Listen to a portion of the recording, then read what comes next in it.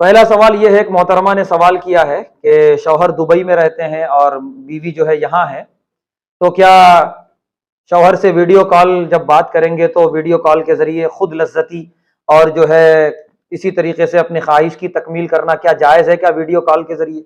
और भी बहुत सारी बातें लिखी हैं सवाल के अंदर जो मैं हया की वजह से उसको मैं पढ़ नहीं रहा हूं।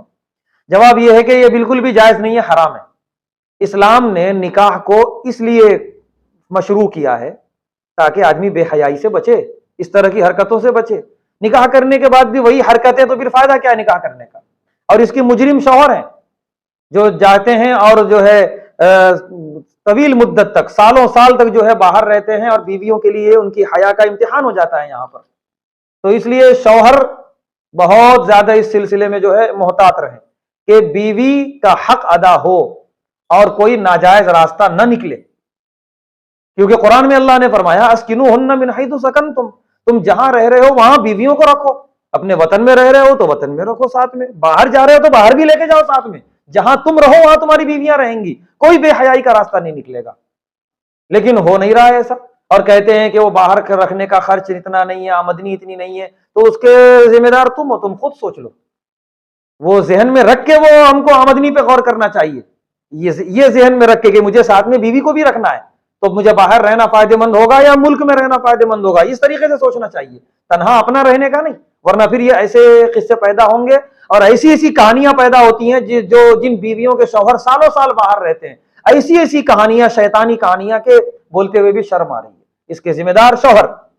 इसीलिए हजरत उमर बिन खत्ताब रजी अल्लाह तआला अन्हु ने अपने जमाने की औरतों से पूछा था, जिसमें उनकी बीवी भी थी, अपनी बीवी से भी उन्होंने पूछा था कि एक औरत शौहर के बगैर कितने दिन रह सकती है?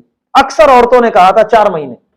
हजरत उमर रजी अल्लाह तआला अन्हु ने मुजाहिदीन जो जिहाद के लिए जाते थे उनका वक्त मुतय्यन किया 4 महीने का, कि 4 महीने के बाद वापस आ जाए मुजाहिद, उसकी जगह दूसरा मुजाहिद जाएगा, फिर वो भी 4 महीने के बाद वापस आएगा, फिर तीसरा जाएगा। 4 महीने से ज्यादा अपनी बीवियों से और अपने घर वालों से दूर नहीं रहना है। तो हजरत उमर बिन खत्ताब रजी अल्लाह तआला अन्हु का बनाया हुआ यह कानून और कुरान की यह आयत हमें बता रही है कि शौहर इस वक्त जो बाहर रह रहे हैं बीवियों को छोड़कर बहुत बड़े मुजरिम हैं, तो लिहाजा उन्हें चाहिए कि वो कोई रास्ता ऐसा निकालें कि वो बीवियों के साथ रहें या बीवियां उनके साथ रहें। बाकी वीडियो कॉल के जरिए जिस काम की इजाजत मांगी गई है समाल में, उसकी इजाजत नहीं है, हराम है बिल्कुल वो। दूसरा सवाल यह है कि नामहरम को सलाम कर सकते हैं क्या?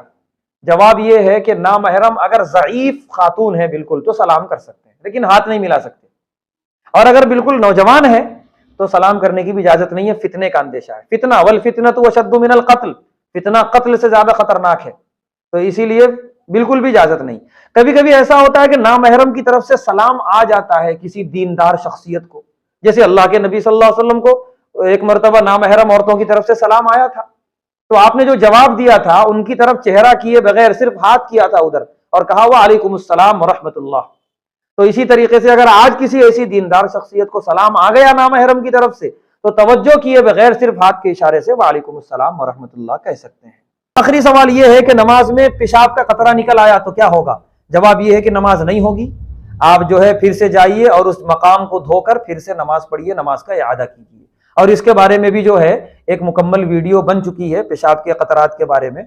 खुलासा यही है कि अगर बीमारी है, आते रहते हैं मुसलसल, तो कोई बात नहीं है, आप माजूर हैं, आपकी नमाज हो जाएगी। लेकिन कभी कभी आता है, मुसलसल नहीं आता, तो फिर आप माजूर नहीं है। नमाज में अगर आ गया तो आपकी नमाज खराब हो गई है, आपको फिर से नमाज दोहरानी पड़ेगी। जज़ाकल्लाह खैर।